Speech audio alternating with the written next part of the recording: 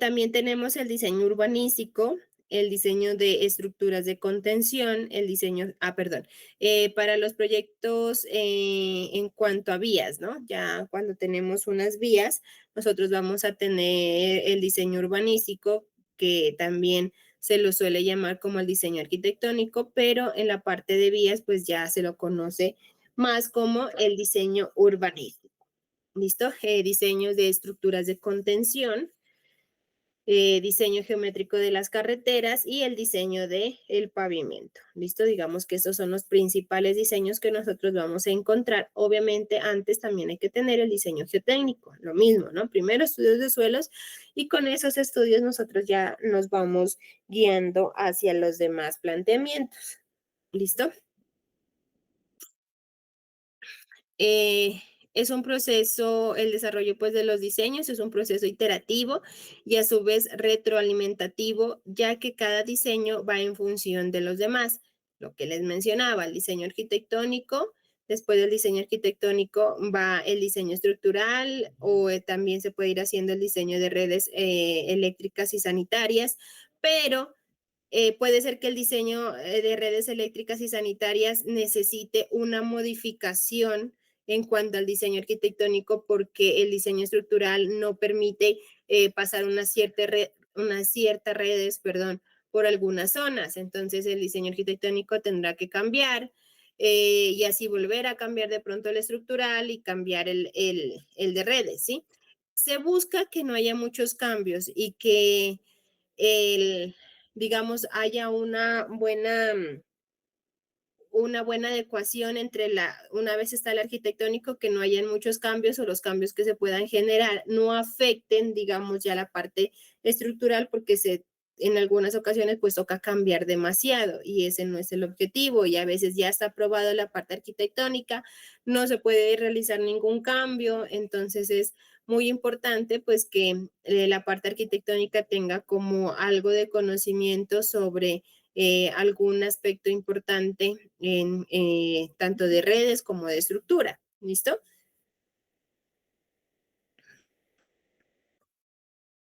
Algunos de los estudios complementarios que podemos encontrar es el diseño de estructuras para PETAR y PETAP. Digamos que esos no los ve uno tan común, pero pues los hay. Diseño de iluminación exteriores, estos también pues los podemos encontrar, por ejemplo, en coliseos, en polideportivos, en estadios, en edificaciones. Instalación para, ¿qué? Estudio, perdón, para instalación de extractores en los grandes edificios y también en almacenes uno puede ver que hay esos extractores, ¿no? Entonces hay extractor de olores y esos también pues tienen que ser diseñados. Estudios de agua subterránea, últimamente pues sobre todo en lugares donde no hay un adecuado sistema de acueducto, se procede a realizar estudios de agua subterráneo para poder verificar si se puede usar o no el agua que está surgiendo, que pueda surgir de algunos pozos. ¿Listo? Entonces es importante también pues conocer qué es lo que se debe hacer y con qué elementos. Estudios de luminosidad, que también pues, nosotros encontramos en las carreteras, principalmente los estudios de luminosidad, para poder pues verificar que los, los vehículos de pronto pues no tengan problemas eh, con otros vehículos, con algunas estructuras que puedan estar cerca. Entonces son muy importantes también estos estudios de luminosidad. ¿Listo?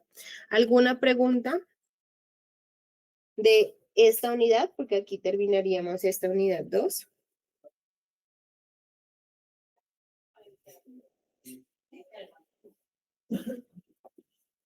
Supongo que no. Entonces, iniciamos con la unidad 3. Regálame un momentico, voy por agua, por favor.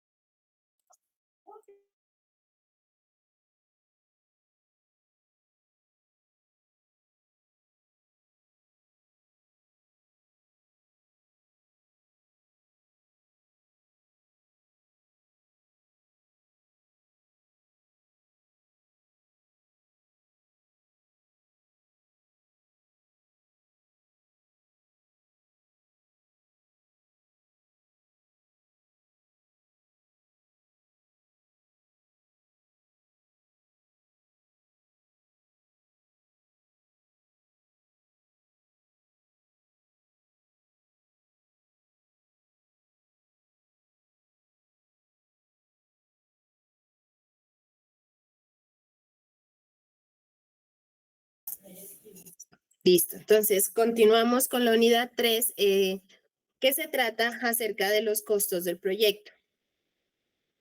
Quiero, antes de continuar con esta unidad 3, si mal no recuerdo, en la anterior clase, yo ya les había dicho qué es lo que tienen que ir haciendo de su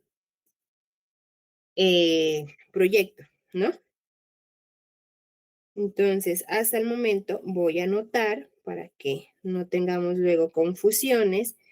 Hasta la unidad 2, ustedes tendrían que tener la ubicación del proyecto, tendrían que tener justificación,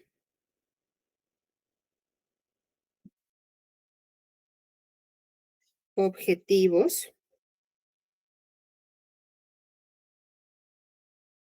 determinación del problema,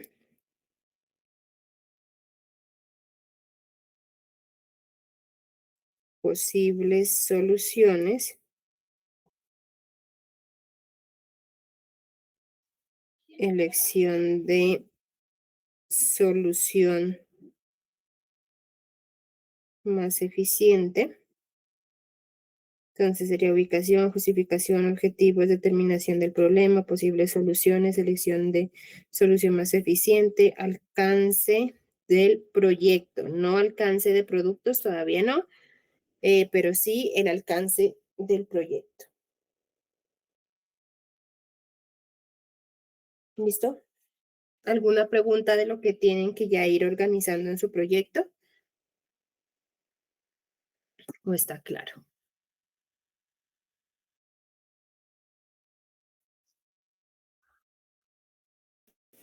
No, pero Bueno, continuemos entonces.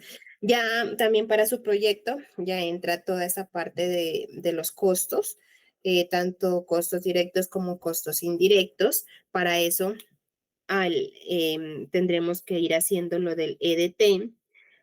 Por eso requiero que ustedes ya vayan trabajando en estos elementos que yo les estoy diciendo. Ya tienen que tener planos, más o menos, pues eh, el proyecto, del proyecto que se les asignó.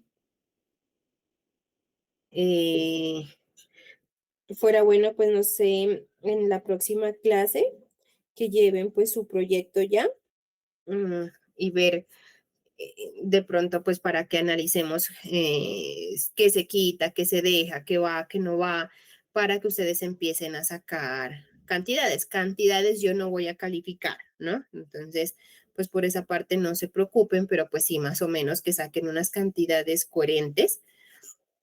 Yo no me voy a poner a revisar que si ustedes sacaron exacto las cantidades de metro cúbico de concreto que necesitan, no, eso no me voy a poner a revisar, pero pues vuelvo a decir más o menos que sí sea coherente lo que ustedes están entregando con lo que uno pues más o menos sabe que se van en los proyectos, ¿no?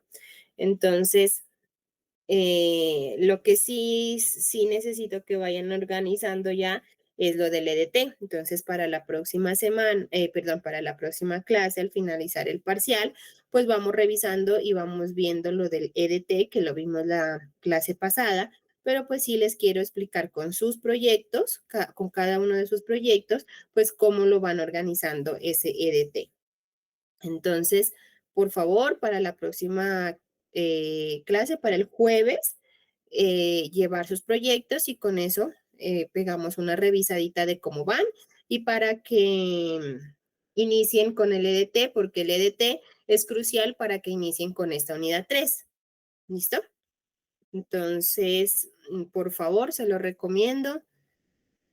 No es obligatorio, no se los voy a calificar, pero pues después ya no vamos a tener mucho tiempo para poder empezar a hacer estas actividades. Listo. Entonces, pero iniciemos. qué pena, profe. O sea, solo la estructura de desglose, Sí, solo la estructura de el avance, eso es pero después. no, no, no, no. No quiero que me lleven, digamos, nada todavía hecho. O pueden ir adelantando lo que les acabé de decir, que es justificación, los objetivos, ubicación del proyecto, ir adelantando su trabajo escrito, pero la estructura de desglose de trabajo la revisamos, la vemos con cada uno, pues con los dos grupos que tenemos el día jueves. Ya, entonces llevamos las actividades nomás. Sí, solo las Oh, ya. actividades que creen ustedes que se tienen que hacer en cada proyecto y con eso pues vamos revisando. No nos tomamos más de unos 5 minuticos, 5 o 10 minuticos por cada grupo. O los dos grupos juntos los vamos haciendo para que quede perdón, para que quede claro la parte del EDT o de la estructura de desglose de trabajo, porque vuelvo a decirles, de esa estructura ustedes van a partir para continuar con esta unidad 3, que es los costos del proyecto, y para posteriormente pues hacer los tiempos, ¿no? Sacar cronogramas. Entonces, es muy importante pues que quede muy claro el EDT para que ustedes puedan seguir haciendo pues el desarrollo de su trabajo. Bueno, Creería yo que para la primera entrega, hasta aquí, hasta lo que veamos en la unidad 3, se entregaría. ¿Listo? Entonces, todo lo que les acabé de mencionar, más todo lo de la unidad 3. ¿Listo?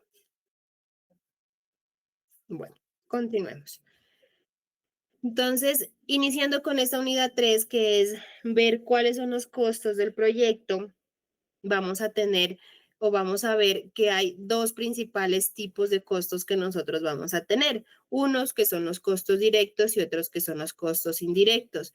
En forma más coloquial, digamos que los costos directos son aquellos valores que nosotros vamos a tener de la ejecución directa de una actividad. ¿Sí? ¿A qué me refiero con ejecución directa? Mano de obra de las personas que intervienen en la ejecución de la actividad, los materiales que se tengan, los equipos que se utilicen para hacer esa actividad, ¿sí? Entonces, estos son, digamos, los componentes principales para poder determinar cuáles son los costos indirectos. ¿Y qué son los costos indirectos? Son aquellos costos que están inherentes en la mayoría de las actividades, pero que hay que hacer una distribución a cada o cargarle a cada una de las actividades, como por ejemplo, el uso de una impresora. La impresora que usted usa, digamos, para poder imprimir los informes y las hojas, digamos, que también usa para poder imprimir los informes a interventoría, es un costo indirecto y hay que distribuirlo entre todas las actividades que usted esté ejecutando. ¿Listo? ¿Qué otro costo indirecto? Por ejemplo, los salarios de las personas administrativas. Las personas administrativas igual, pues no, usted no le va a cargar solo a una actividad, sino que están cargadas en todas las actividades que usted genere. Y no solo a esa actividad, sino que si hay más obras, tendrá que dividir esos salarios de esas personas administrativas a cada una de las obras que de pronto estén representando o se estén ejecutando. ¿Listo? Entonces, costos directos, los que se usan, aquellos rubros que se usan para la ejecución directa de la actividad. Costos indirectos, todos los rubros que se usan para la ejecución de la obra en su totalidad. ¿Listo? Y que no se pueden atribuir directamente a una sola actividad. ¿Ok? El análisis que sigue se refiere a los costos de una organización que trabaja en construcción con proyectos que se ejecutan bajo la modalidad de contratos con empresas públicas o privadas. Los costos para tal empresa en su proyecto se pueden clasificar en dos partes.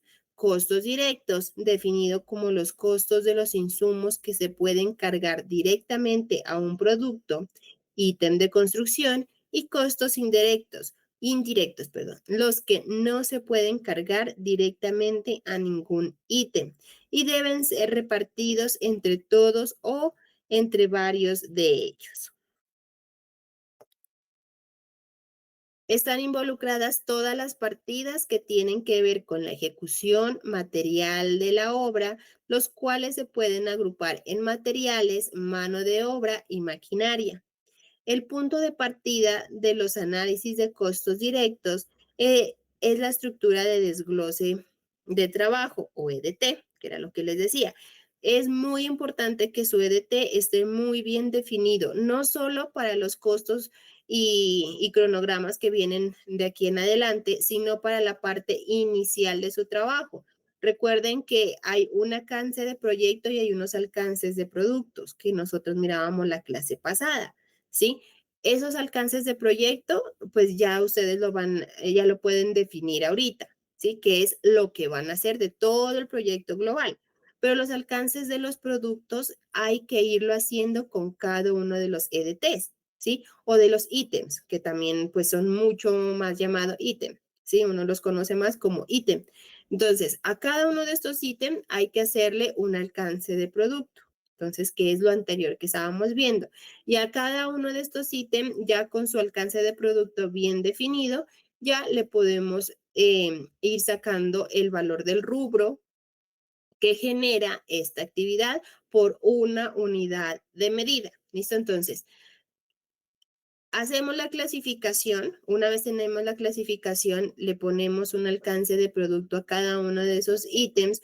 Una vez tenemos los ítems establecidos, vamos a decir cuál es nuestra unidad de medida con la que vamos a trabajar cada uno de los ítems. Una vez tenemos la unidad de medida con la que trabajamos, ya empezamos a desglosar cuáles son cada uno de los elementos que o que se involucra para la ejecución de solo esa actividad. ¿Listo?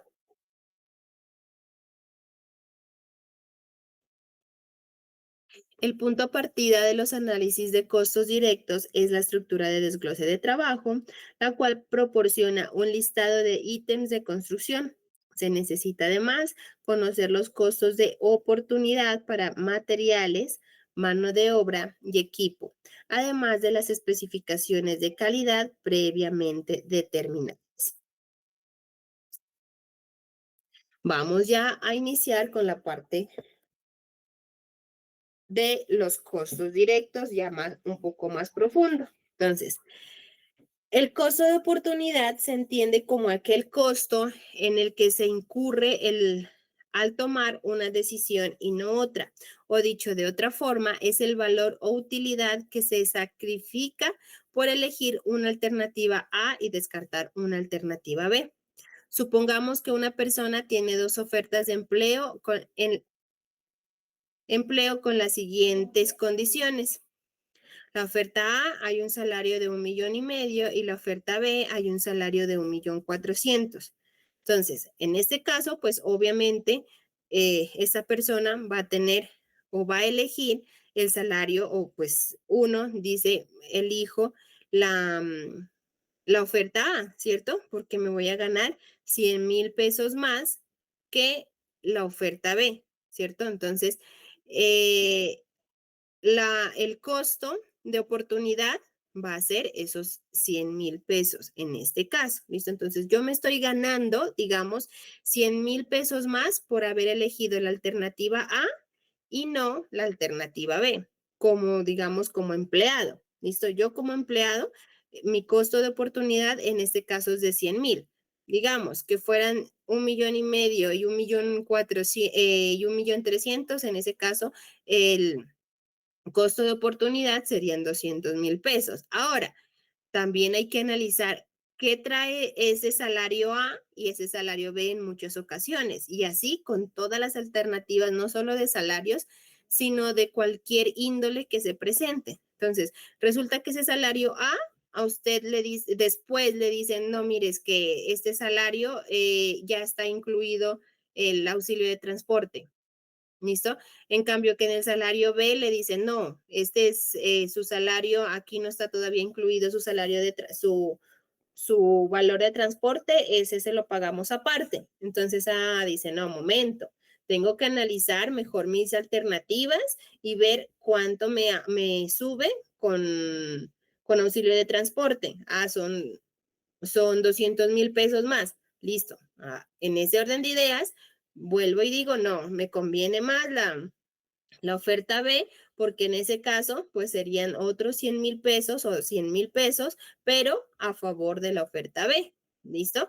Ahora le dicen, lo que pasa es que en el salario A se van a realizar descuentos de prestaciones sociales y le dicen en el salario B, no, aquí ya viene, son netos y no se le hace descuento. Vuelve y dice, no, pues ya son como 300,000 pesos de diferencia. Entonces veo que a pesar de que se suponía que era un salario neto, perdón, un salario básico más bajo, miren que con el análisis de esas alternativas se da cuenta de pronto la persona de que le conviene más el salario o la oferta B, porque va a recibir más dinero neto. ¿Listo? Bueno, eso por, digamos, por la parte del costo de oportunidad en este ejemplo.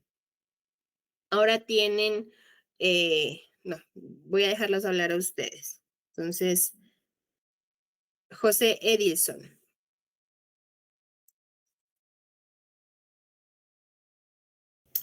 ¿está? Sí, Deme pues, usted un ejemplo, digamos, de esta parte de costo de oportunidad en la parte de construcción, que no sea obviamente de salario, ¿no? Porque pues ese ya lo dimos ahorita.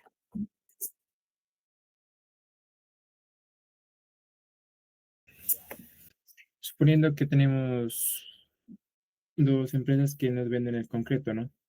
Ujú, A y B. Suponiendo que la una nos vende el metro cúbico a, no sé cuánto valga, pues más o menos unos 80,000, la otra 90,000. esos cuestan como 600,000 el metro cúbico. Entonces 600,000 y unos 650,000. Ujú, Bien. Pero suponiendo que el A, que vale 600, es en la fábrica, no hay costo de transporte. ok, En el B vale 650,000, pero ya es en el puesto en donde se lo va a utilizar. ujú. Entonces tocaría sacar el precio del transporte en ese caso y ver cuál saldría más rentable por metro cúbico. Listo. Y la diferencia entre esos valores sería su costo de oportunidad, ¿no? Sí. Recuerden, el costo de oportunidad es la diferencia que ustedes tengan entre una oferta y la otra. ¿Listo? Al final de todas las comparaciones que su compañera hacía. Entonces, listo. Dice 650 por metro cúbico y a mí me cuesta por kilómetro, no sé, 1,500 pesos el metro cúbico por kilómetro. Entonces, ver cuál de las dos alternativas más costosa, más fiable, ¿sí? Entonces, ya con eso puedo determinar haciendo pues una resta entre la más costosa y la más económica y la diferencia pues sería mi valor de costo de oportunidad. ¿Listo? ¿Sí quedó claro?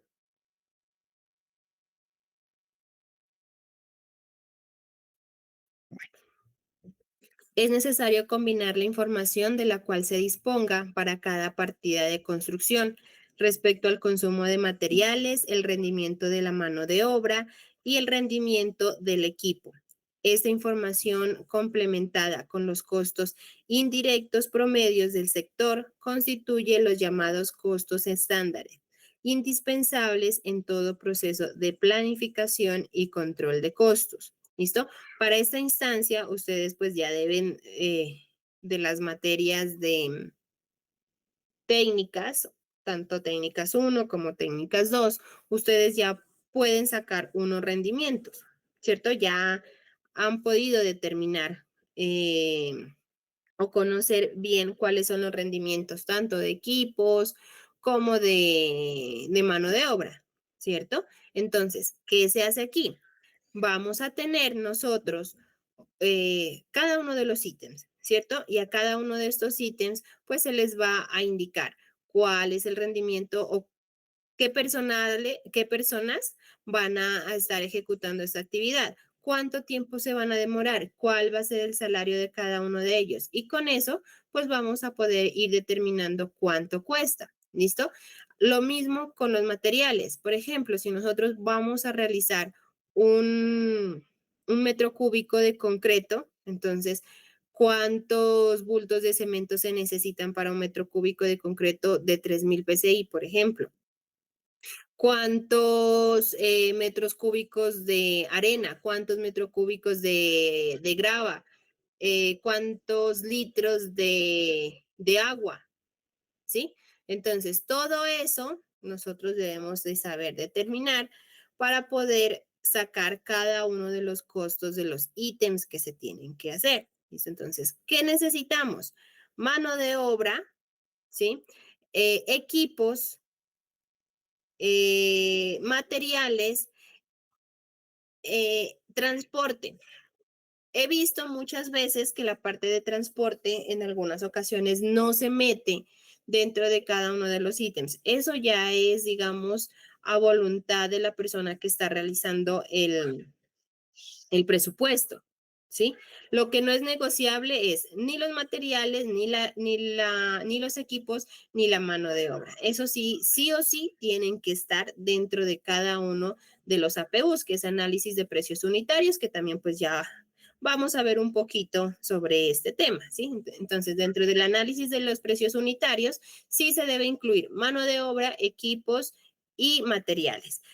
En la parte del transporte u otros, que también lo llaman en algunos profesionales, puede ir o no dentro de cada uno de los ítems. ¿Qué es aconsejable? De mi parte, ¿no? No estoy diciendo que eso se tenga que hacer, pero para mí es mucho mejor distribuir el transporte en cada uno de los ítems que después decir, me voy a gastar 50 millones en transporte y no sabe cómo dividirlos, ¿sí? Entonces es mejor a cada uno de los ítems ponerle su transporte.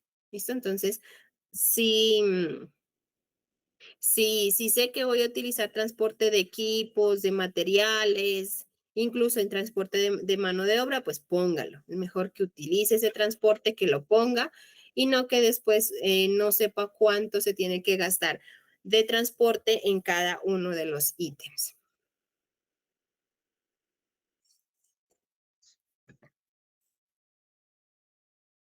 En la construcción se elaboran presupuestos que son en realidad estimativos de los costos en los que se presume se va a incurrir. El estimativo de gastos por materiales es fácil de hacer con base en los datos de consumo que se pueden obtener de experiencias en obras similares, estandarizadas en tablas suministradas por productores o por profesionales constructores o con cálculos muy sencillos.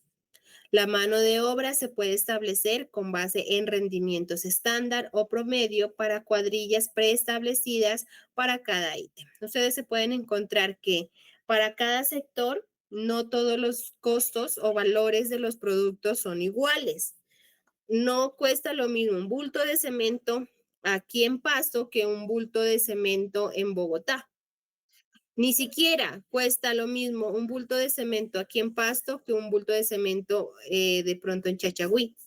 Las diferencias no van a ser enormes, pero sí hay diferencias, ¿sí? Entonces, cada uno de estos APUs, cada uno de estos análisis, hay que hacerlo para cada lugar donde se va a realizar la obra.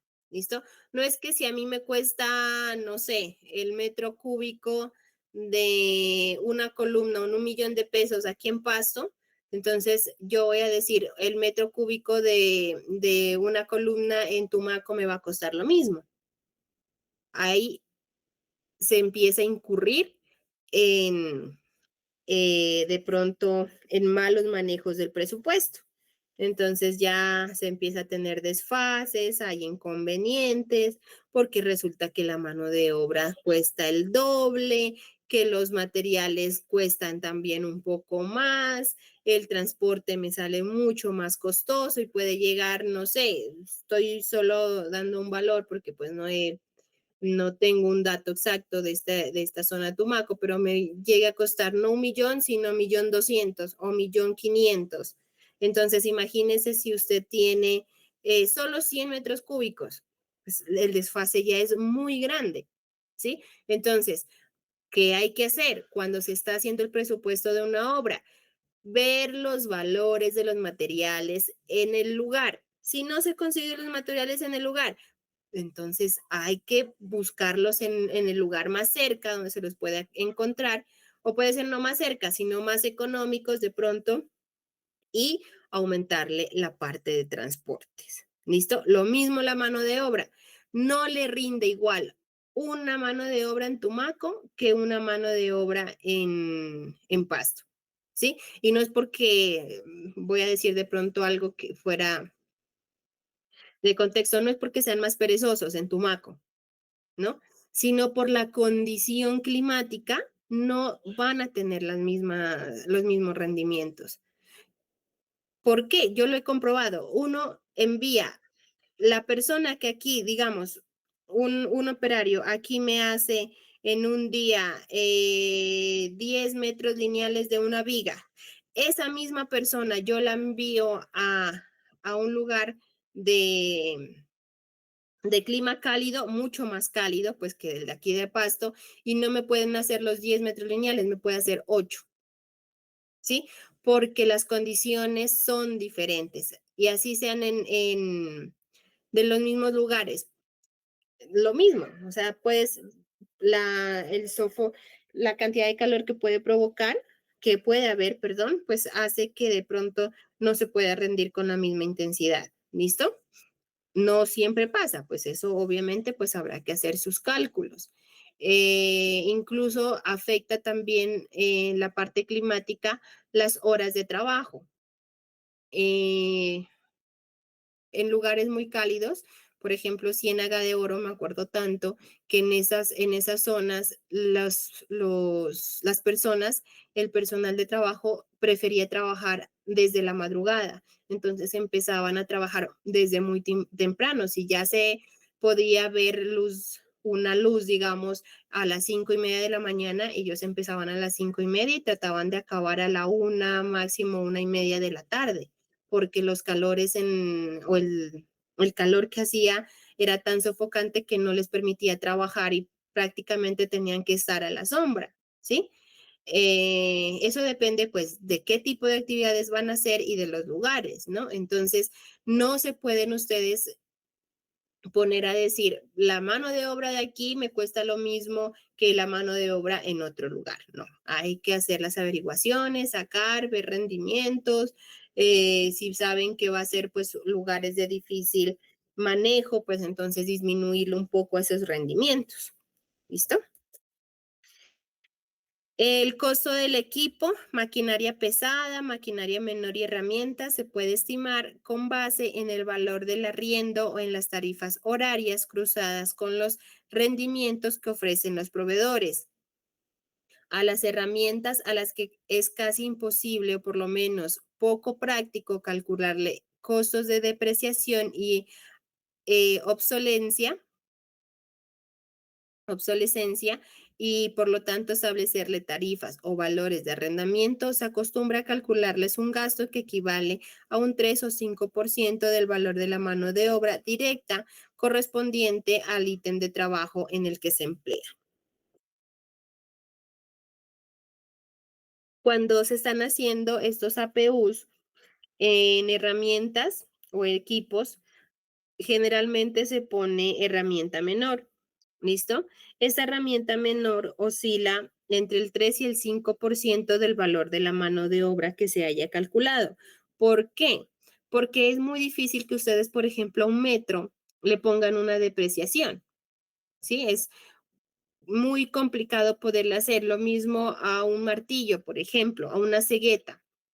Sí, es muy complicado que de pronto ponerse a la minucia a estos elementos que son de uso prácticamente rutinario para todas las actividades, ponerse a sacarle estos valores de depreciación o de alquiler. Entonces, a lo que es herramienta menor, que dentro de herramienta menor están, por ejemplo, las palas, los martillos, las ceguetas, los, se me fue, la cinta métrica, los flexómetros, ¿sí?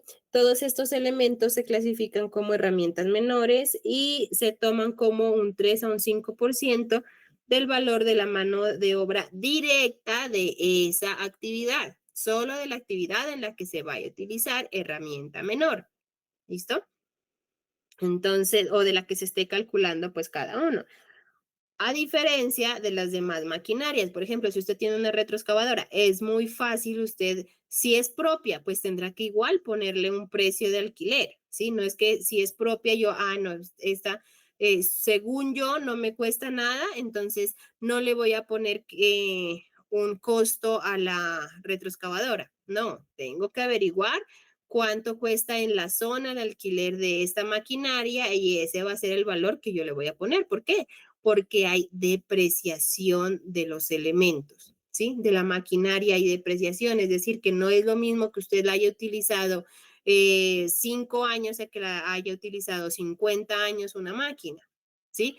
Tiene que empezar a hacerle mantenimientos, tiene que estar el operador, tiene que estarle buscando los repuestos, ¿sí? Entonces, todo eso pues va sumando. Por lo tanto, lo que se debe hacer es ponerle el valor de arrendamiento que está en la zona en la cual se está ejecutando la actividad.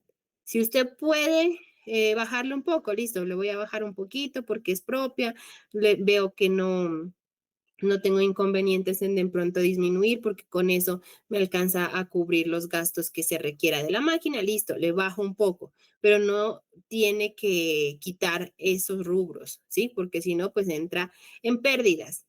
¿Listo?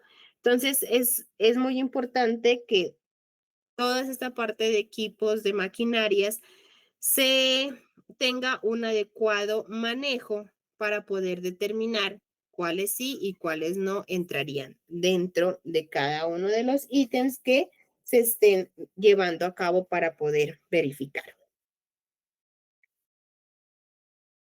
Y ahora pasamos a la parte de los costos indirectos. Los costos indirectos en la construcción están, antes de continuar con costos indirectos, ¿hay alguna pregunta sobre costos directos? Quiero que por favor esto quede muy claro.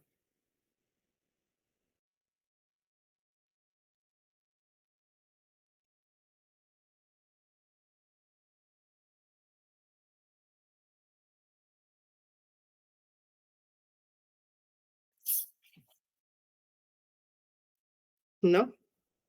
Supongo que está todo claro. ¿Listo? Los costos indirectos en la construcción están constituidos por los gastos de administración y los imprevistos. Se los puede calcular por separado y obtener un factor común como porcentaje del costo directo y aplicarlo a cada ítem o aplicarlo a la suma total de los costos directos de todos los ítems.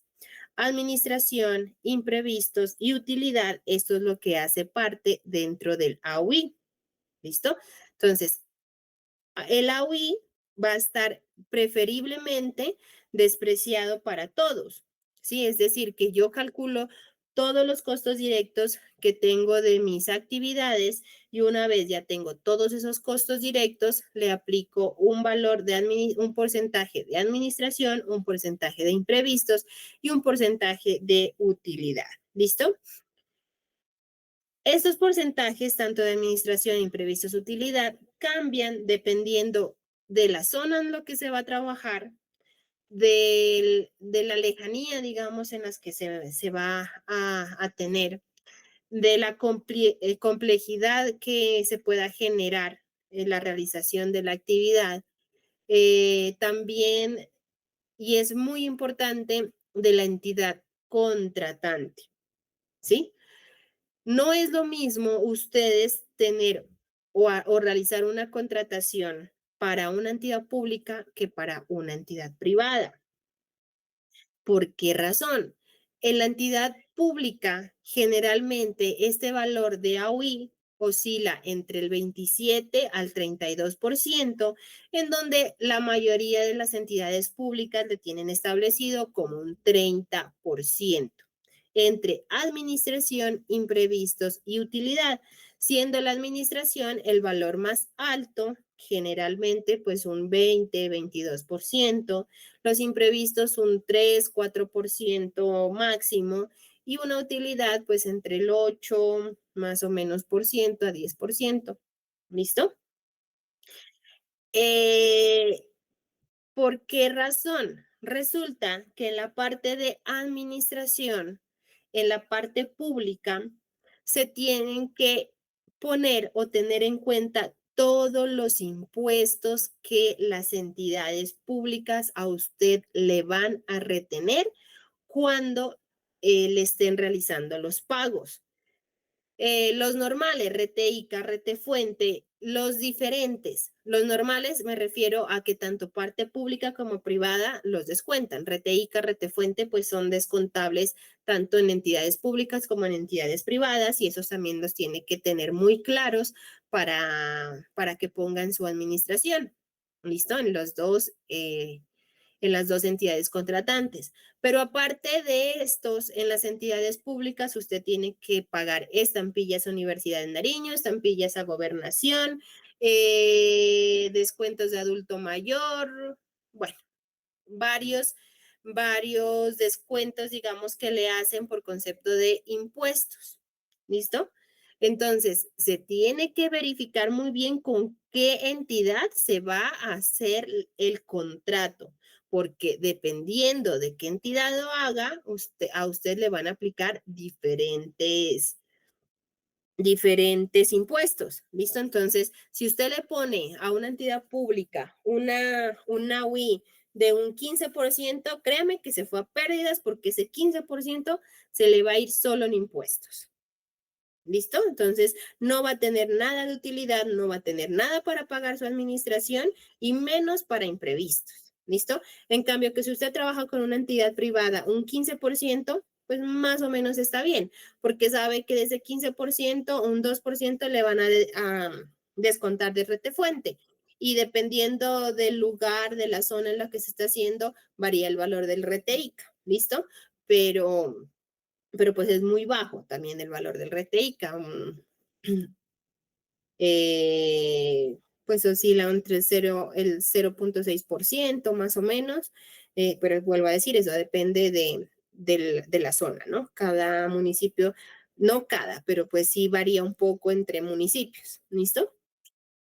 Entonces, esa parte de administración imprevista, su utilidad, téngalo muy claro para qué entidad pues van a hacer ustedes sus trabajos, porque dependiendo de esa entidad, ustedes tienen que aplicar un 15, 20 a 30%, ¿listo? De administración, utilidad e imprevistos. Vamos con la parte, a empezar a desglosar ya esta parte de la administración. Para su cálculo se dividen primero en gastos de administración de obra, segundo en gastos de operación de la empresa. Iniciemos con la administración de la obra, que es también la que se conoce comúnmente en el campo como administración del proyecto.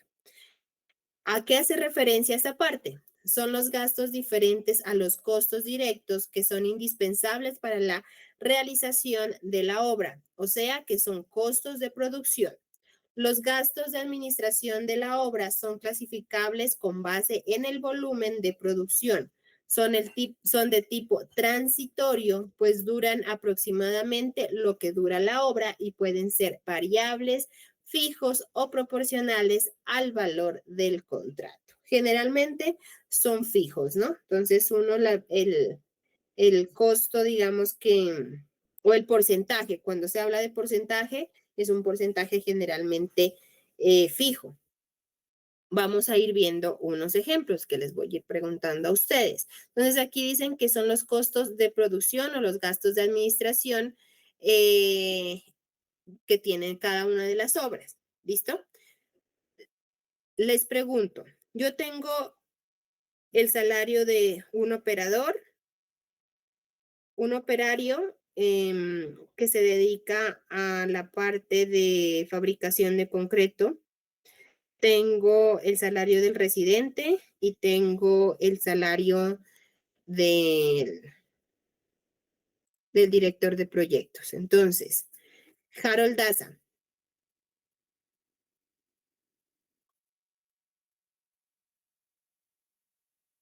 Harold.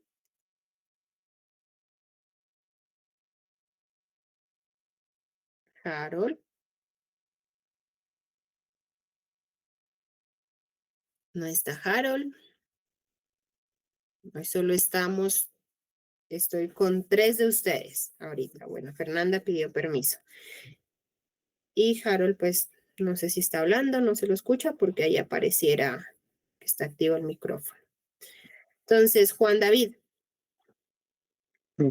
Profe, ¿sí? qué pena, no podía activar el micrófono. Ya, ok.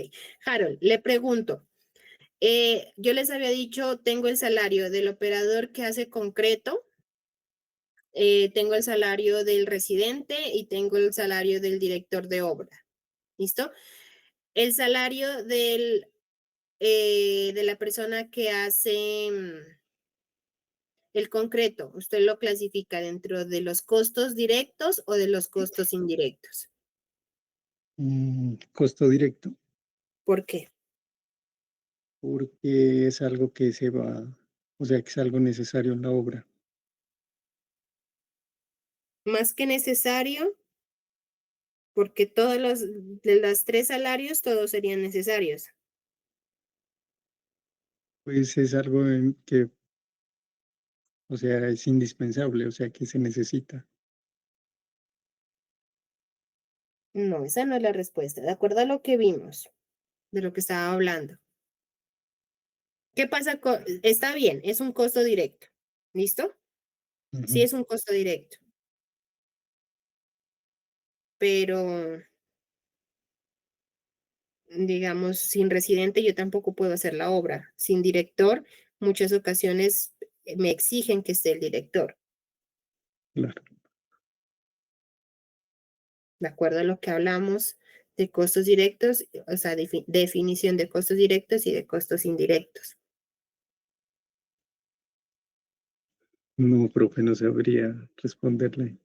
¿No? Bueno, vamos con Juan David.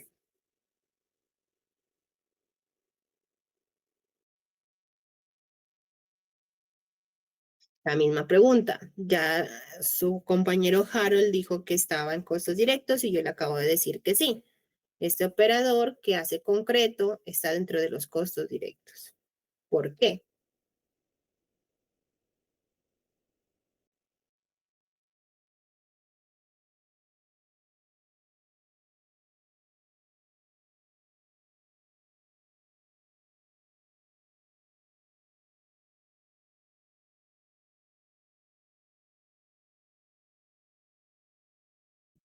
Ujú,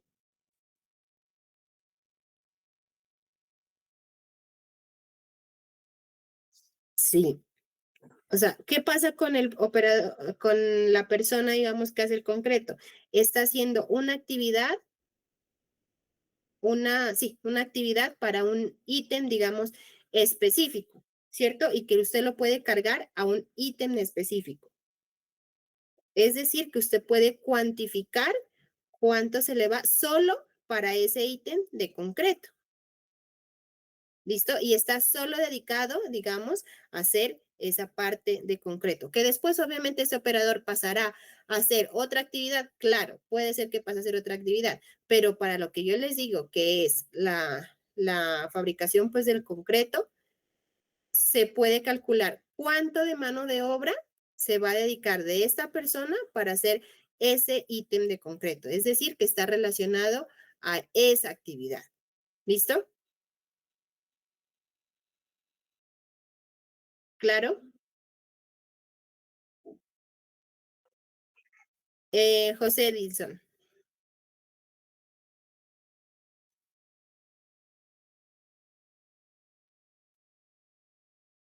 ¿se fue?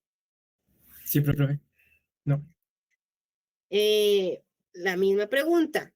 ¿Dónde clasifica usted el salario o clasificaría el salario de residente?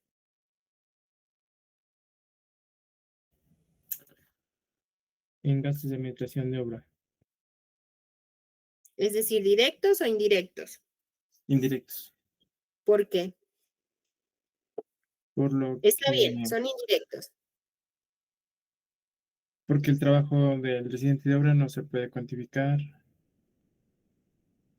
y, No, el o sea, trabajo sí es lo algo puede o sea, Entonces sería algo necesario, pero digamos, no sé, cabría como decirle. O sea, estabas bien hasta la parte que dice que no se puede cuantificar. Claro que se cuantifica porque ustedes a un residente le dicen tiene que hacer estas actividades. Y si cumple esas actividades, pues se está cuantificando qué está haciendo. Es indirecto, sí,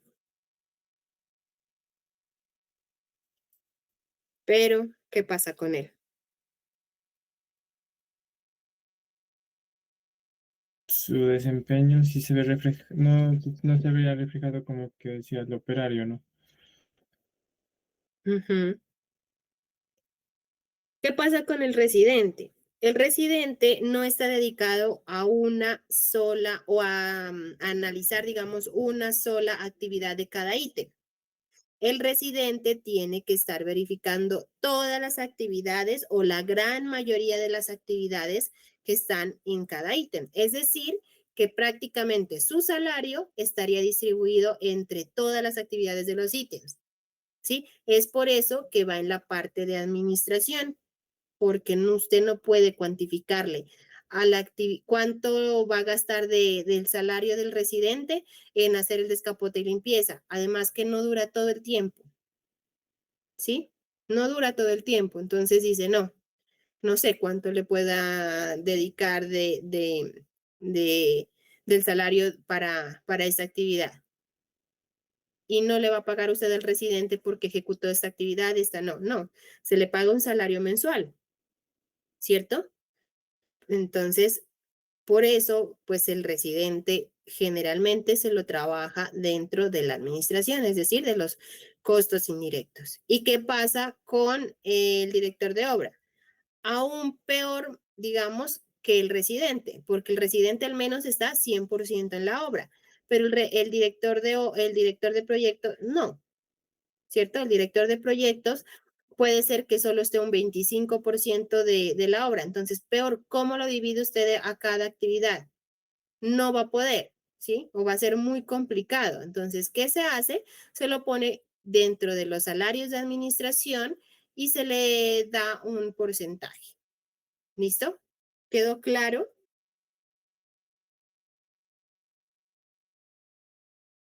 Sí, profe. Listo. Entonces, continuemos. Bueno, no me acuerdo si ya había leído esta parte, pero igual la voy a volver a leer. ¿Qué es administración de la obra o administración del proyecto? Son los gastos diferentes a los costos directos que son indispensables para la realización de la obra, o sea, que son costos de producción. Los gastos de administración de obra son clasificables con base en el volumen de la producción. Son de tipo transitorio, pues duran aproximadamente lo que dura la obra y pueden ser variables, fijos o proporcionales al valor del contrato. ¿Listo? Vamos a tener construcción y dotación de campamentos, vivienda de obreros, almacén, bodega, etcétera. Aquí hay muchas discusiones de pronto que se puedan prestar. Construcción y dotación de campamentos. En algunas ocasiones, esta parte de aquí, que es la construcción, toda, mejor dicho, toda esta de aquí, construcción y dotación de campamentos. Esta parte puede ser tomada, perdón,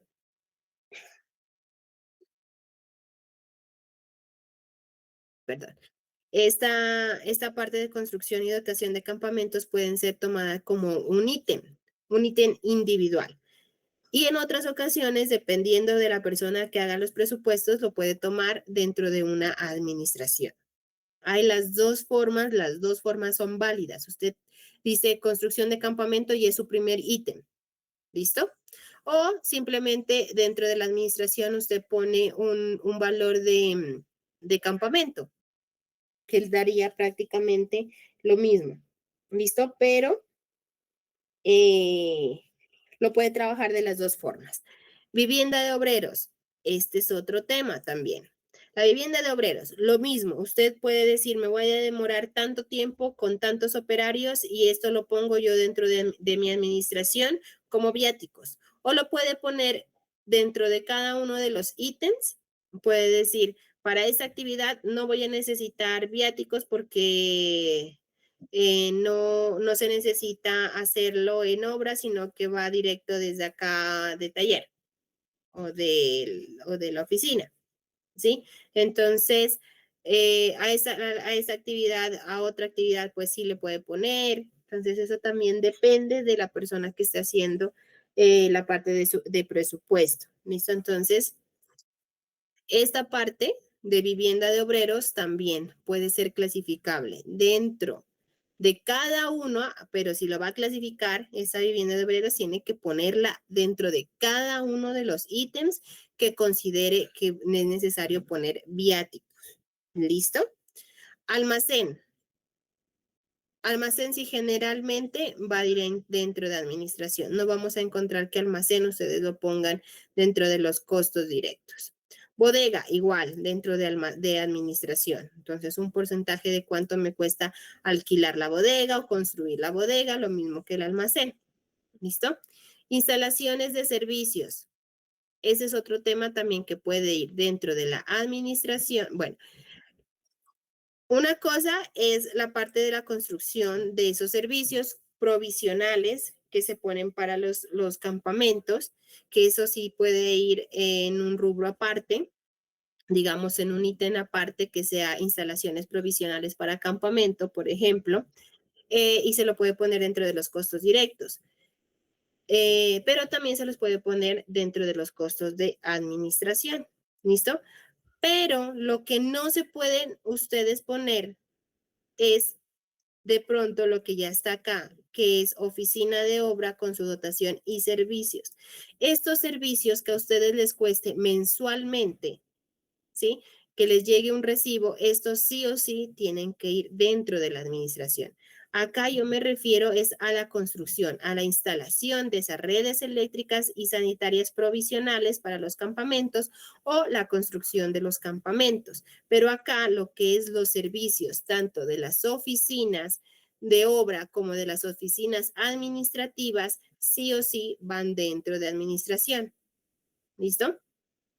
Movilización de personal y equipos al sitio de la obra y su desmovilización final, lo mismo que acá, lo que les decía con viviendas, ustedes pueden esa parte del personal y de los equipos lo pueden poner en transporte dentro de cada uno de los ítems, es decir, dentro de los costos directos, o también lo pueden tomar como un rubro aparte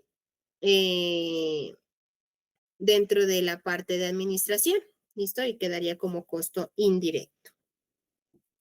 Construcción y mantenimiento de obras provisionales y vías de acceso indispensables para la marcha de la obra.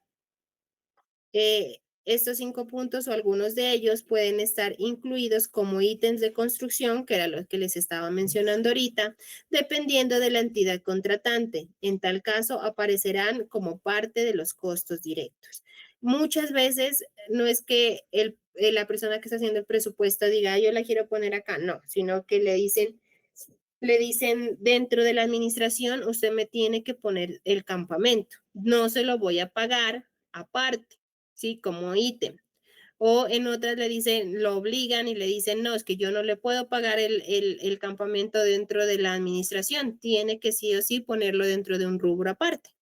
¿Listo? Un costo directo. Entonces, también muchas veces pues depende de lo que le solicite cada entidad contratante, que usted los ponga dentro de costos directos y costos indirectos. Esto vuelvo a decir que no son todos. Lo que es servicio sí o sí va dentro de la administración, ¿sí?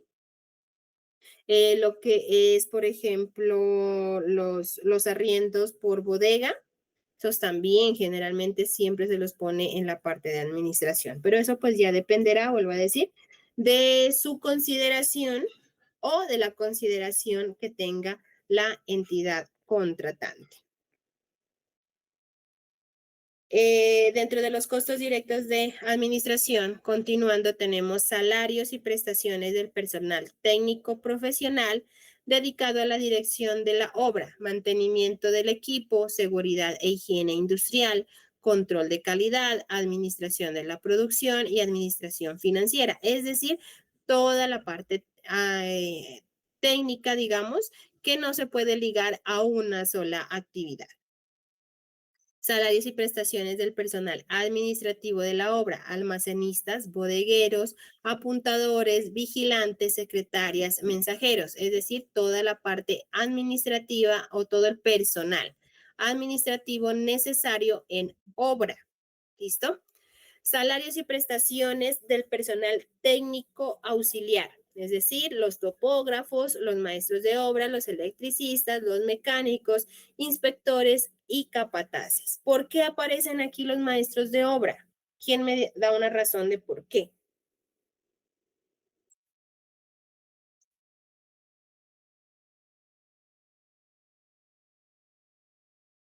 ¿Por qué creen que aparecen aquí los maestros de obra y no los maestros están dentro de los costos directos? Porque, como usted dijo, realizan varias actividades. Exactamente, ¿no? Un maestro de obra generalmente no está solo pendiente de que hagan, por ejemplo, una viga, sino también de que están haciendo bien las columnas, ¿sí? De que están, si están los operarios que están a cargo de él, si están poniendo la cantidad de acero, la cantidad de concreto, las mezclas están bien, ¿sí? De un solo ítem, sino que él está en un mismo día en varias actividades, verificando que se estén haciendo bien varias actividades, o él también trabajando en varias actividades, ¿cierto? Entonces, es por eso que generalmente, pues el maestro de obra no se lo pone dentro de cada ítem, aunque sí se lo puede poner con una dedicación promedio, ¿sí? Entonces usted puede decir para la realización de las vigas, yo voy a necesitar a un maestro, a un oficial y a 2 operarios. ¿Listo? Con eso yo hago mi cuadrilla y esa cuadrilla tiene un rendimiento de tanto, pero pues al maestro usted le pone una dedicación de un 30%, por ejemplo. ¿Listo? En esos casos, usted sí puede poner a su maestro dentro de cada una de las actividades, sabiendo que esta persona pues no va a estar dedicada 100% a la realización de ellas. Pero hay que verificar muy bien si usted lo tiene o no dentro de sus cuadrillas. Si usted el maestro no lo tiene dentro de sus cuadrillas, tiene que ponerlo dentro de la administración, de salarios administrativos. Si usted o dentro de salarios auxiliares, si usted al maestro no lo tiene dentro de los salarios de personal técnico auxiliar, pues sí o sí tendrá que ponerlo dentro de cada una de las actividades, teniendo en cuenta pues que no lo va a poner con una dedicación completa. Listo. Ahora, si ustedes con la experiencia que tienen saben que para la construcción de la cimentación, de las zapatas que están haciendo, el maestro va a estar dedicado 100% a la construcción de esas zapatas y no va a estar en otras actividades, pues podrán ponerlo el 100% en cada una de esas actividades. ¿Listo? Tenemos gastos generales, que son la parte de servicios públicos, la papelería, los fletes, los combustibles, los lubricantes, los gastos de transporte, etcétera. Todo esto va en la parte de administración. ¿Listo? Sí o sí, servicios públicos, papelería, fletes, combustibles, lubricantes de gastos de transporte, todo lo que vaya casi que con transporte diario va en esa parte de administración. Pólizas de manejo y cumplimiento, garantías, seguros, impuestos de timbre y publicación del diario oficial, gastos de legalización del contrato, vallas y publicidad. Todo lo que ustedes utilicen para la parte de impuestos prácticamente también va en la parte de administración o dentro del rubro de administración. Dentro de la administración, la otra. Bueno, descansemos 5 minuticos y volvemos 7:30, por favor, para descansar un poquito la voz también. ¿Les parece? 5 minuticos, ¿no? Listo, entonces continuemos con la parte de los costos indirectos, la parte de administración.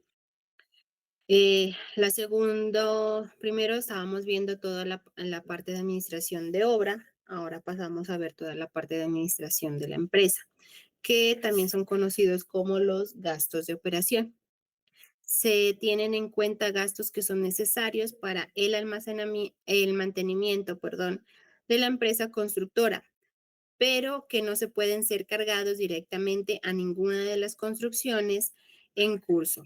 Sin embargo, estas construcciones tienen que salir los recursos para cumplirlos, de tal forma que la empresa debe evaluar el monto de todos estos gastos para un periodo fijo, generalmente un año, hacer por otro lado un cálculo realista del monto de contratos y construcciones que se puedan adelantar en este periodo y obtener el porcentaje que representan los gastos de operación sobre el costo directo total que se espera facturar en el periodo y aplicar ese porcentaje a cada obra como parte de los costos indirectos.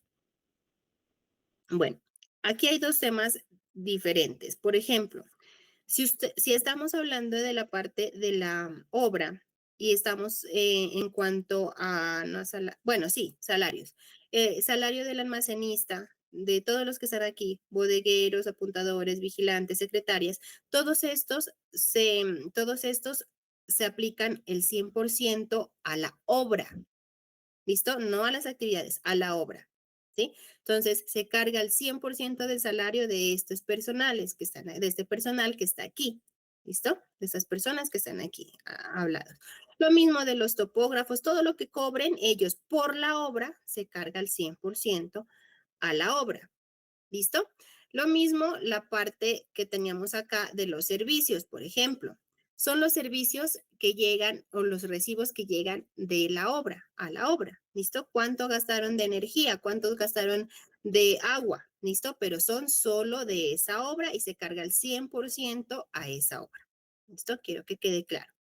Y la parte de acá de administración de la empresa, por ejemplo, la empresa para su funcionamiento, la oficina central, digamos, va a tener que los mismos gastos del personal financiero, gastos de los administradores, los gerentes que hayan, de almacén, de toda la empresa.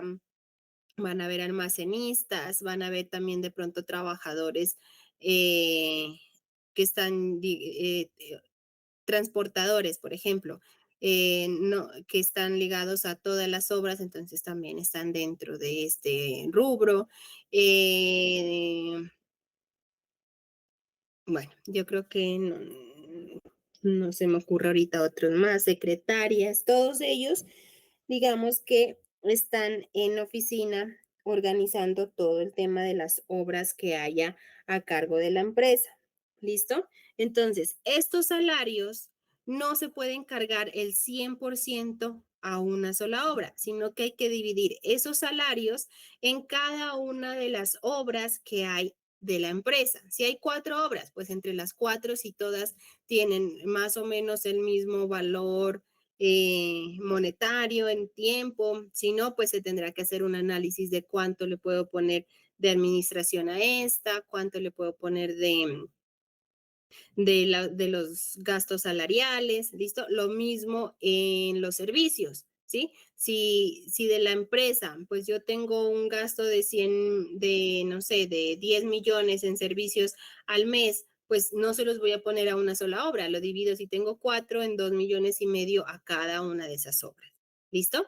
Entonces, lo que es el personal y los servicios solo dedicados a la obra se cargan el 100%, los que son de la empresa y que ese personal y esos servicios están encargados para poder administrar todas las obras que tenga la empresa, pues se tendrá que hacer un análisis financiero de qué porcentaje se le carga a cada una de las obras de esos gastos que se tengan mensuales fijos. ¿Listo? Son los costos administrativos fijos mensuales se dividen entre la cantidad de obras que tenga ese mes. ¿Listo? Cada mes. Para eso vamos a tener diferentes partes de gastos. Entonces, uno son los gastos de la administración central, que son salarios y prestaciones del personal directivo, ejecutivo y administrativo de la sede, arrendamientos, servicios públicos, gastos generales, vehículos, mantenimiento de instalaciones y vehículos, relaciones públicas, publicidad, capacitación del personal técnico y administrativo, impuestos, seguros, gastos de participación en licitaciones y concursos no ganados, gastos en la asesoría legal y contable, gastos por políticas de estímulos a empleados y trabajadores. Todo esto se aplica en una empresa, así sea pequeña, pero casi todo esto se tiene que aplicar. Eso se tiene. Entonces, ¿qué se hace? Esto se los divide entre la cantidad de obras que esté generando cada mes. Segundo, los gastos financieros de la empresa en su conjunto, no asignables a ninguna obra específica. Se deben incluir para un periodo los intereses y no incluir la amortización de la deuda. ¿Listo? Entonces, todos los intereses pues están prácticamente ligados a toda la administración. Entonces, todos los intereses que generen los créditos bancarios hay que verificar, analizar, y organizar para poderlos dividir entre cada uno de las obras que haya en ejecución e irles distribuyendo esos costos a cada una de ellas. Y pasamos a la parte de imprevistos. ¿Listo? Los imprevistos, pues tenemos diferentes formas de concebir, digamos, esa parte de imprevistos. En la actividad de la construcción hay una gran cantidad de incertidumbre, tanto de tipo externo como los factores climáticos, las condiciones ambientales y sociales de los sitios de las obras, la disponibilidad estacional de la mano de obra y etcétera. Cada como de tipo interno y de unidad y organización del personal técnico, profesional y auxiliar, calidad de los diseños, grado de claridad o confusión en los pliegos de condiciones y en la información general basada en licitaciones.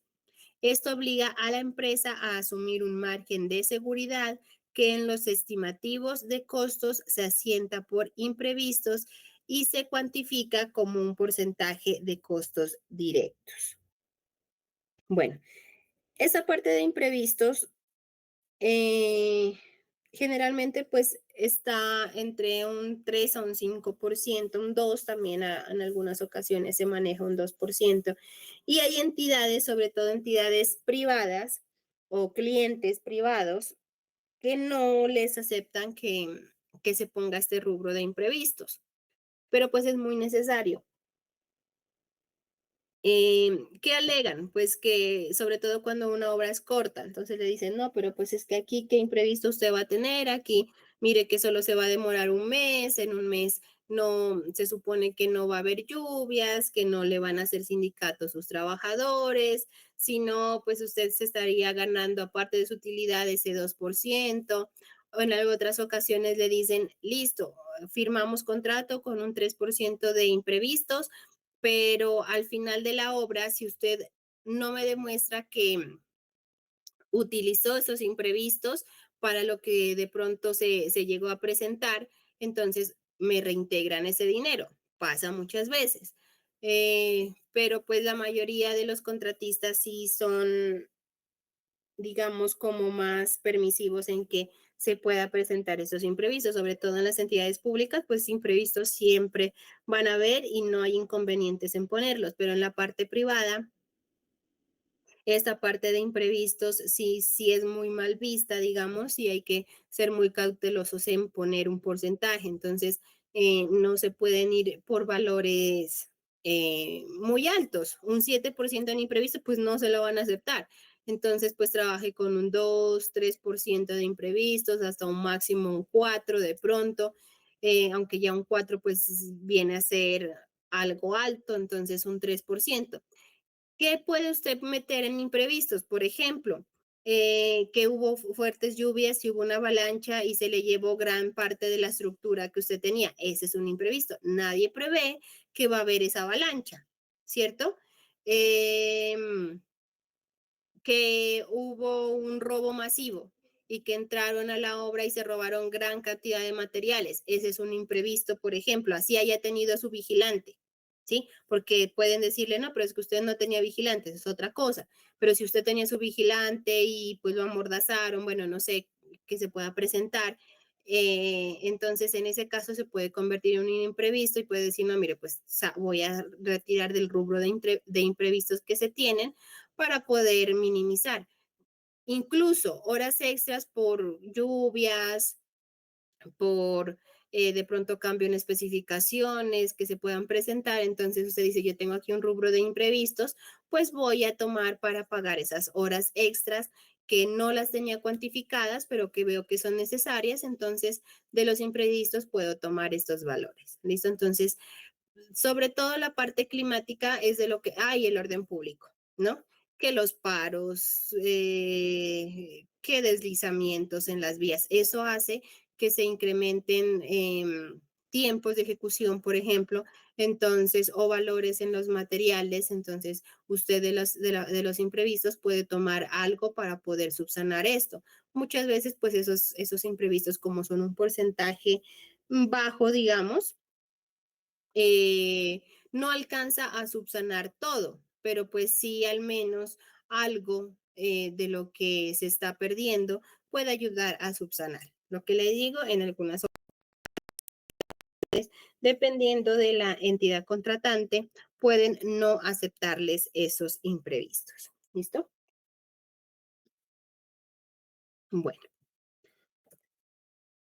el factor de imprevistos debe cubrir aquellas acciones que están bajo el control del constructor o que son de responsabilidad y que por alguna razón no pueden ser determinadas con un grado de precisión requerido para el estimativo en los contratos a precios unitarios fijos. Los imprevistos de construcción pueden ser desviaciones de los rendimientos de la mano de obra y los equipos y en consumo de materiales respecto a los estándares usados, errores en la investigación de precios y tarifas, aunque esta parte de errores en investigación de precios y tarifas, pues algunas entidades contratantes le van a decir, no, pero es que ese pues no es un imprevisto. Ese es un error que usted tuvo al presupuestar sus valores, sus precios. Sí, eso yo no se lo puedo aceptar que usted me diga, Mm, no, es que me confundí en el valor ¿cómo se llama? Del cemento. Resulta que está en 32.500 y me confundí y le puse 3.200, ¿sí? Pues ese es un error que no está para mí dentro de los imprevistos, le pueden decir algunas entidades, ¿cierto? Entonces hay que estar muy precisos cuando se están haciendo estas cotizaciones de los materiales y también pues de los equipos para que no se puedan presentar de pronto estos inconvenientes que se puedan llegar a tener, ¿no? Entonces, ser muy rigurosos con los controles de calidad en cuanto a solicitud de cotizaciones de materiales, de equipos, de maquinarias, de prestación de servicios, de pronto que se requieran. Entonces, porque no todas las entidades, les vuelvo a decir, les pueden aceptar o no unos imprevistos altos. Y si usted no los justifica en algunas ocasiones, le dice estos valores de imprevistos, pues no se los vamos a cancelar porque pues no hubo ningún imprevisto durante la ejecución de la obra y pues para nosotros no es negocio pagar algo que tratamos de minimizar también al máximo desde el principio y que ustedes debieron de tener en cuenta. ¿Listo? En cuanto a las desviaciones de rendimiento de la mano de obra, puede ser que en algunas ocasiones pues sí se los puedan aceptar estas desviaciones que se puedan tener. Y consumos de materiales, pues lo mismo, ¿no? Yo diría, pues es un error de pronto que diga, no, pues es que estoy consumiendo más materiales porque me confundí. No, pues ya por alguna situación de que a ver, les pregunto, en la parte de consumo no, mejor no, digamos, es un poquito difícil poder proyectar esto, pero por ejemplo, en la parte de consumo de materiales, Eh, si ustedes, un ejemplo que se puede presentar en esta situación y que puede ser válida como imprevistos, es que la calidad de los materiales que hay en zona, en canteras más que nada, no es lo que se esperaba que se tenga, y se necesita pues consumir más cemento, más triturado, más arena de lo que se tenía planteado para poder llegar a una especificación técnica establecida. Entonces, en ese orden de ideas, puede ser que la parte de consumo de materiales pues sí se ve afectada y pueda estar dentro de los imprevistos, ¿listo? Demoras y bajos rendimientos ocasionados por variaciones atípicas del tiempo. Esto sí, es de lo más común que podemos encontrar en nuestro medio, ¿no?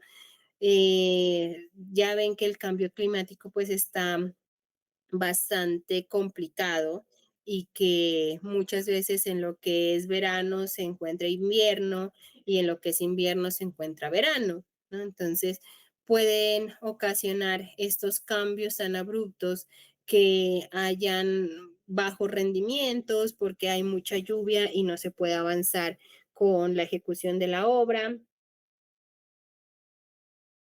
Entonces eso pues ocasiona que los rendimientos del personal sean más bajos, que tengan que hacerse horas extras, que tengan que trabajarse domingos, que tengan que contratarse más personal. Entonces, en estas ocasiones o en estas circunstancias, digamos que sí es posible catalogar estos imprevistos dentro de una forma posible de cobrarlos. ¿Listo? Incompresión de especificaciones o planos. Digamos que también en muchas ocasiones se están cambiando, sobre todo cuando hay cambios, ¿no? Entonces, cuando hay cambios en las especificaciones, en los diseños o en los planos, puede ser que esto haga que demoras en la concepción, y sobre todo, pues en la parte de construcción que toque hacer cambios, ¿no? Entonces, esto se lo puede tomar como un imprevisto para poder decir, aquí yo me estoy demorando un poco más, tengo que tomar de este rubro, aquí yo tengo que cambiar las especificaciones del material, me la están cambiando, entonces no le cambio el valor unitario, pero bueno, listo, porque lo podemos tomar de los imprevistos. O usted como cliente también le dice, no, pues es que esto es un cambio menor entonces, al contratista, ¿no? Entonces, este es un cambio menor. Usted puede tomar de un rubro de imprevistos, puede tomar este cambio que nosotros estamos haciendo siempre y cuando pues no sea grande, ¿no?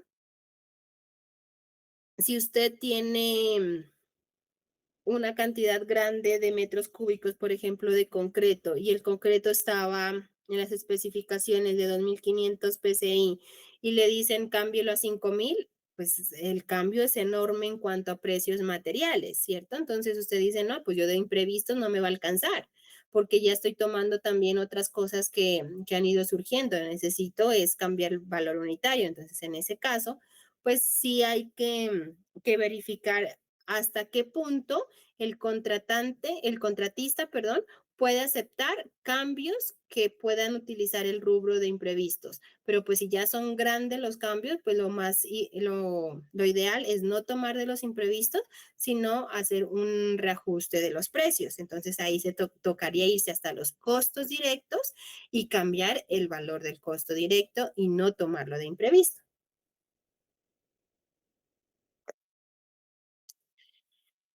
Eh, Otros de los factores que nosotros podemos encontrar también que en muchas ocasiones pues no están eh, ajenos a ninguna construcción que se pueda tener son los factores atmosféricos cíclicos.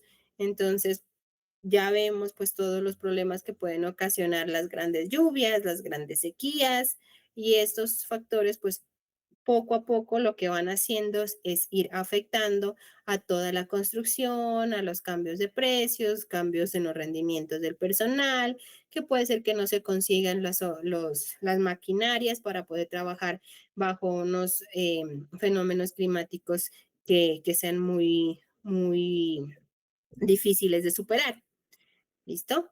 Inconsistencias o divergencias entre las especificaciones, planos y pliegos de condiciones. Muy común encontrar que, sobre todo en entidades públicas, que se encuentran con unos planos o unas condiciones en los pliegos de condiciones, valga la redundancia, diferentes a lo que ya en obra se está contemplando. Y desafortunadamente, pues en la parte pública poder hacer cambios es muy difícil, ¿no? Se tiene que pasar por muchas personas para que se apruebe realizar un cambio, eh, pues un cambio que sea, digamos, legalizado debidamente, ¿no? Porque hay muchas ocasiones que por rapidez y pues miran que las que no afectan mucho en sí la obra, pues se aceptan más fáciles, pero en sí en las entidades públicas, cuando hay estas diferencias en cuanto a diseños, pues va a ser más largo el tiempo para poder subsanar y se tienen que hacer suspensión de contratos. Al hacer suspensión de los contratos, los puede pasar pues bastantes meses en los que se aprueben y los precios pues de los materiales pueden cambiar. Entonces pues van a haber afectaciones, los cuales se tiene que determinar si alcanza a cubrir con los imprevistos o si definitivamente, como en los casos que estábamos hablando anteriormente, pues hay que hacer un cambio en el valor unitario. Variaciones normales y periódicas en los precios de los materiales y en los salarios.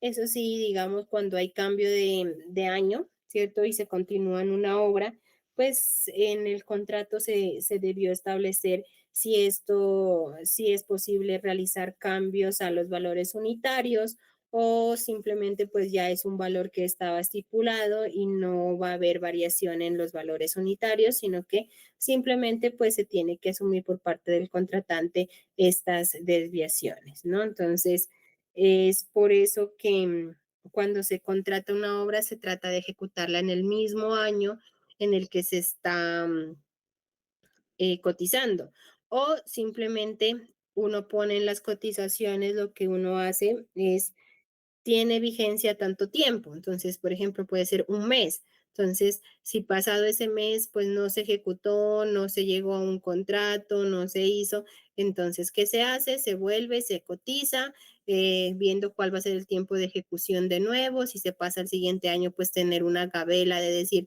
voy a aumentarle, no sé, un 10% el valor de la mano de obra por el tema de inflación, un 5% a materiales, algo así para poder tener pues certeza de que no va a haber pierde por parte del contratista para el próximo año. Pues igual el contratante tendrá también que verificar si esos precios no están muy elevados y llegar a un acuerdo para que no se infle tanto los precios si se cambia de año y no está estipulado dentro del contrato.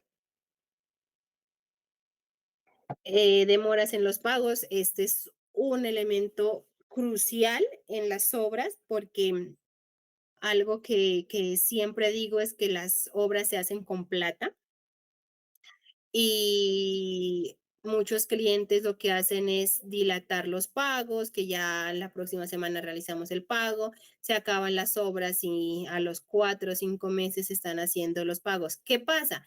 Pues que las empresas constructoras tomaron prestado pues de bancos, de terceros y están pagando intereses sobre salarios que ya pagaron o que tuvieron que haber pagado, prestaciones, impuestos para poder cubrir los gastos de la obra que ya se ejecutó. Entonces, cuando no hay un adecuado pago, digamos, de las actas que se están presentando, entonces eso va, lo que empieza a ocasionar es que la empresa constructora tenga que empezar a pedir dineros para poder cubrir los gastos y esos dineros pues van a generar intereses. Entonces, si no hay un adecuado flujo de caja por parte del cliente, pues obviamente van a empezar a consumirse esos intereses toda la parte de los imprevistos. Entonces, no tendrán de dónde poder después, si hay algún inconveniente en la obra, de dónde tomar pues también para poder resolver esos inconvenientes, porque los imprevistos pues se gastaron en el pago de intereses que no estaban presupuestados para esa obra. ¿Listo?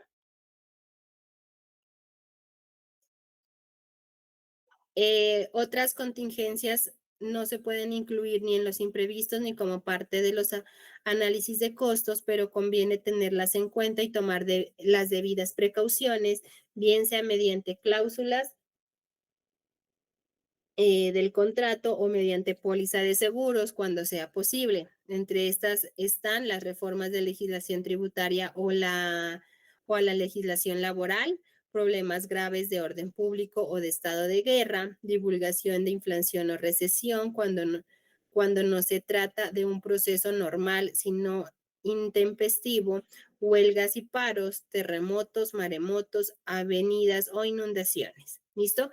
Todas estas que acabo de mencionar, pues ya son situaciones que no pasan, digamos, cada cierto periodo de tiempo, ¿sí? Sino que ocurren muy de vez en cuando, pero pueden ocurrir. Ustedes, por ejemplo, últimamente creo que se escucha cada rato reforma a la salud, reforma pensional, reforma laboral, ¿sí? Entonces, todas estas reformas a las empresas afectan drásticamente. Uno piensa, no, es que están aumentando muy poquito porcentaje, pero a las empresas tener que aumentarle el salario a una persona, uno dice, no, pues es que se merece. Claro que se merece que hayan aumentos de salarios justos, pero es que cuando una empresa trabaja con 500, 600 personas, pues estos valores de incrementos son muy altos, ¿sí? Entonces, ¿qué tiene que hacer? Obviamente, aumentarle al cliente ese valor para que no entre en pérdidas. El cliente pues también va a sufrir todos esos gastos adicionales porque pues va a percibir menos ganancias también de los negocios pues que esté realizando o que tenga pensado realizar con la construcción. ¿Listo? Entonces, esto vuelvo a decir, no es de todos los días, no es que una vez al año se hace, no, pueden haber una al año, no puede haber ninguna al año, pueden haber 10 al año. Entonces, ¿qué es importante? Que se deje establecido en el contrato que si llega a haber alguna de estas situaciones que acabamos de mencionar, si se llegan a presentar, pues que se tenga un plan de contingencia para que ninguna de las dos partes salgan afectadas completamente, porque vuelvo a decir, pues es imposible decir en el otro año va a haber una reforma en la que la mano de obra me va a aumentar un 50%. No, no lo sabemos, ¿cierto? No tenemos idea de cómo se vaya a comportar.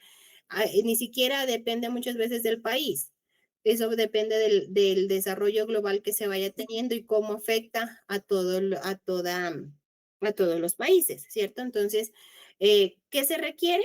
Pues que se tenga algo claro de decir, si llega a presentarse esto, pues habrá que sentarnos y ver qué hacemos para poder continuar con la obra o se suspende la obra, ¿listo? Si no hay un acuerdo. Y por último, tenemos la utilidad. Cada empresa podrá definir el nivel de las utilidades que considere justo y suficiente para sus propósitos, y lo cual cuantificará como un porcentaje a aplicar en los análisis de costos. Es importante entender que ese porcentaje de utilidades no debería aplicarse sobre los costos directos como es la costumbre, sino sobre la suma de los costos directos más los costos de administración subtotal que en realidad constituye el volumen monetario del negocio. ¿Listo? Entonces, ¿qué pasa con la utilidad? Generalmente la utilidad está entre un 4 a un 12% máximo. ¿Listo? Para entidades privadas, ustedes van a ver un 7% máximo que puedan estar aplicando. Que puedan, no, que les acepten los clientes máximo, ¿sí? Eso es lo que se ve uno en las entidades privadas. Generalmente un 4, 5, 6% de utilidades. En lo que no pasa pues en las entidades públicas que uno puede llegar a ver hasta un 12% de pronto en el tema de las utilidades. Eso ya depende de lo que acabo de leer, lo que la empresa espera ganar con el proyecto. ¿Listo? Que le quede neto. Bueno, no es tan neto porque de esas utilidades tiene que tener en cuenta el constructor que de esas utilidades tendrá que pagar IVA sobre la utilidad, que es el 19% de ese valor de utilidades que supuestamente quedan. Tendrá que pagar impuestos, tendrá que pagar retefuente, ¿sí? Todo eso no es que las utilidades van a quedar netas. Por ejemplo, si usted pensaba, si unas utilidades le daban 100 millones, de esos 100 millones, si acaso le quedarán un 30% libres, porque todo lo demás se va para impuestos, para pagar impuestos sobre esa utilidad. ¿Listo? Entonces, digamos que esas utilidades uno en algunas ocasiones el cliente las mira altas, pero si no se sabe muy bien la parte financiera y todo lo que y todo lo que conlleva pagar esa utilidad, pues es muy difícil de asimilarlo. Solo en IVA se va el 19% de esas utilidades, solo pagando IVA. ¿Listo? Más todo lo demás, pues que se tienen que hacer los pagos de los impuestos que requiere por parte del gobierno. ¿Listo? Entonces, digamos que esa utilidad que uno piensa que le va a quedar libre, pues no, entonces hay que pagar todo lo demás, todo lo que ya les estoy mencionando. Entonces, eso depende de la empresa cuánto generalmente requiere ganar. El porcentaje por utilidades debe ser igual a la tasa mínima atractiva de retorno. Esto es por lo menos la tasa de interés de oportunidad de la empresa más un porcentaje adecuado del nivel de riesgos más el porcentaje que pueda lograr en el proceso de negociación del contrato o del proyecto. La utilidad se destinará a pagar amortizaciones de deuda, reservas legales, reservas voluntarias, incrementos de capital del trabajo de la empresa, inversiones de la empresa y dividendo de los accionistas. Entonces, miren que todo esto, digamos, es lo que se tiene que pagar con las utilidades.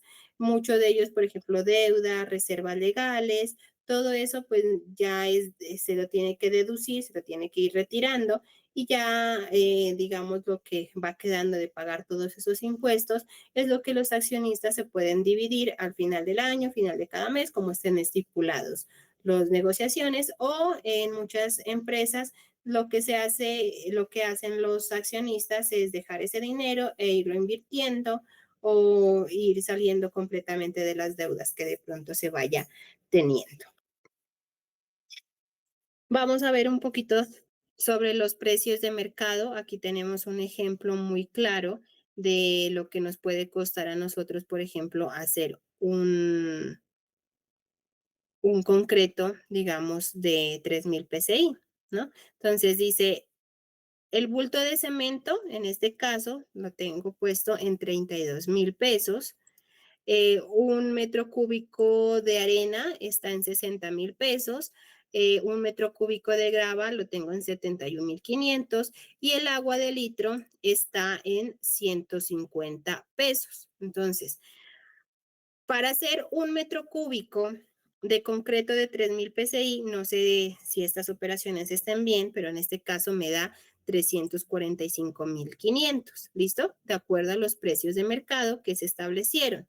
Ahora, ¿de dónde sale estos 345,000 pesos? De la cantidad que se necesita para poder realizar un metro cúbico de concreto. ¿Listo? Un metro cúbico de 3,000 PSI me sale en 345,000 pesos, utilizando ¿qué? Cemento, arena, grava y agua. Ahora, ¿de dónde sale cuánto debo de utilizar de cada uno de estos elementos o de estos materiales que están aquí? ¿De dónde sale? Les pregunto.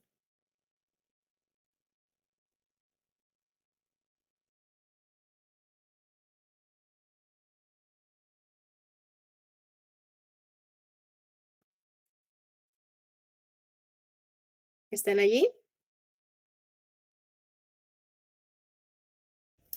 Profe, es la relación de cemento, arena y grava. Ajá, la relación de eso. Entonces, ¿cuántos están? La dosificación en sí, ¿no? Son 3 que están en el momento. Entonces, Harold, sáqueme para un concreto de 2.500, José Edilson Chávez para un concreto de 3.000 PCI y Juan David para uno de 4.000. Con estos precios, Fue ¿sí? para un concreto de 2.400, el costo metro cúbico sería de 276.400 pesos. A ver, saquemos. Voy a sacar acá un Excel.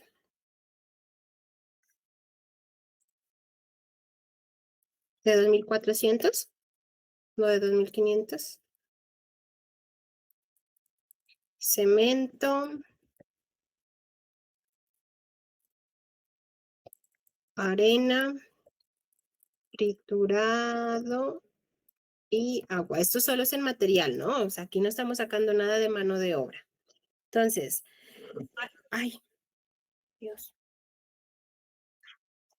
Para un cemento de 2.400, ¿cuántos bultos se necesita? Para un concreto de 2.400, ¿cuántos bultos de cemento? Por metro cuadrado, Metro cúbico. perdón, metro cúbico. Ujú. Son 7. 7 bultos. De arena, No, eso sí todavía no lo tengo, pero me lo calculo y ya. entonces, ¿cómo le salió el valor? Es que yo lo hice con... Ah, no, perdón, sí me equivoqué. Ya.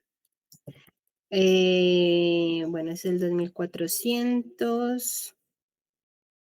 Pongámosle 2.400. 2.500 le había dicho. Sáquemelo para 2.500 mejor. 1.400, no sé. 2.500, 3.000 y 4.000 les dije. Los de 3.000 y 4.000 ya tienen la dosificación. A ver, les voy a compartir toda la pantalla para ir haciendo seguimiento.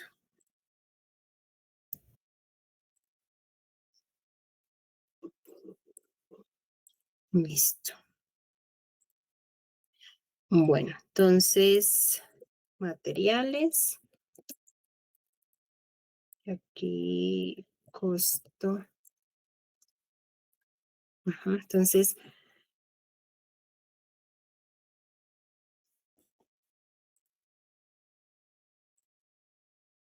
José ya tiene la dosificación para uno de 3.000 y Juan David el de 4.000.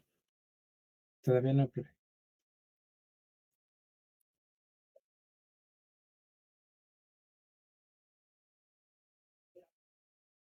Este dejémoslo de 2.400, ¿qué hay más? Entonces, dice que para 2.400 se necesita 300, ¿esto qué está? Son 300 kilogramos.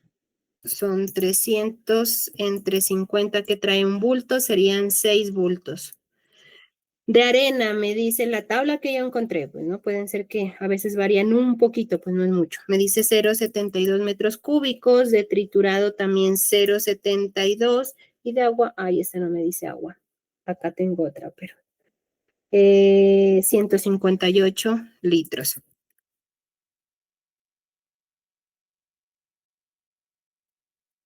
Debí aquí insertar otra para ver costo. Costo de la 2.400. Entonces sería este por este. Aquí aumentemos otro.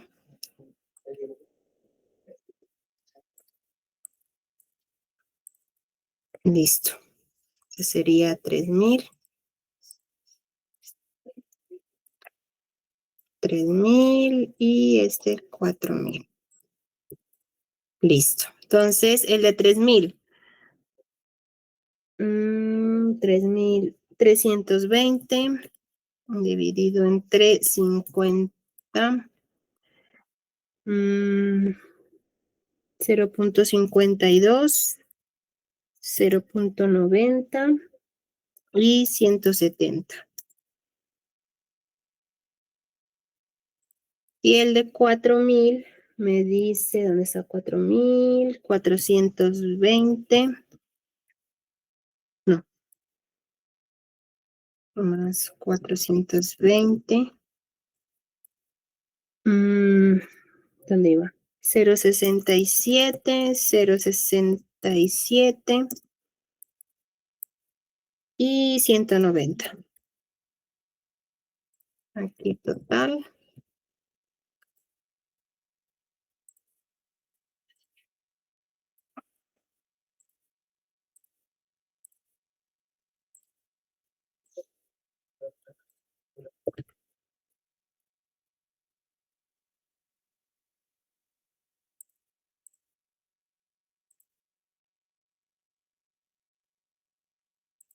Pero aquí está mal, ¿cierto? Este es con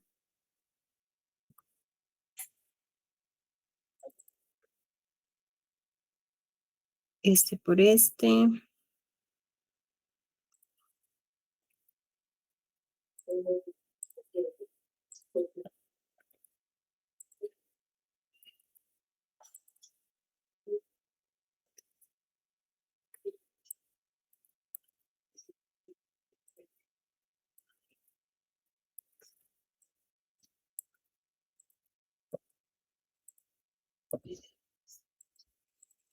Listo.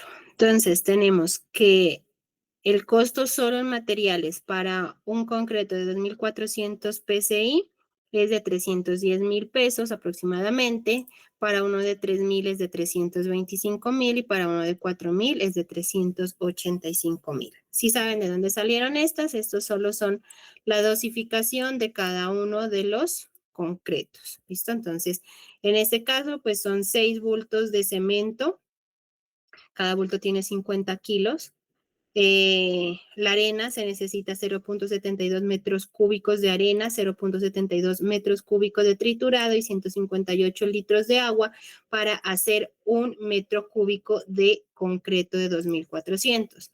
En este caso se necesita 6.4 bultos de cemento, 0.52 metros cúbicos de arena, 0.9 o 90 metros cúbicos de triturado y 170 litros de agua para hacer 1 metro cúbico de concreto de 3.000 PCI. Y para un concreto de 4.000 PCI son 8.4 bultos de cemento, 0.67 metros cúbicos de arena, 0.67 metros cúbicos de triturado, 190 litros de agua para hacer un concreto, 1 metro cúbico de 4.000 PCI. ¿Listo? ¿Sí quedó entendido? Sí, profe. Listo. Entonces, creo que dejemos hasta allí y ya mañana continuamos. Mañana, perdón, la próxima semana, el jueves el parcial.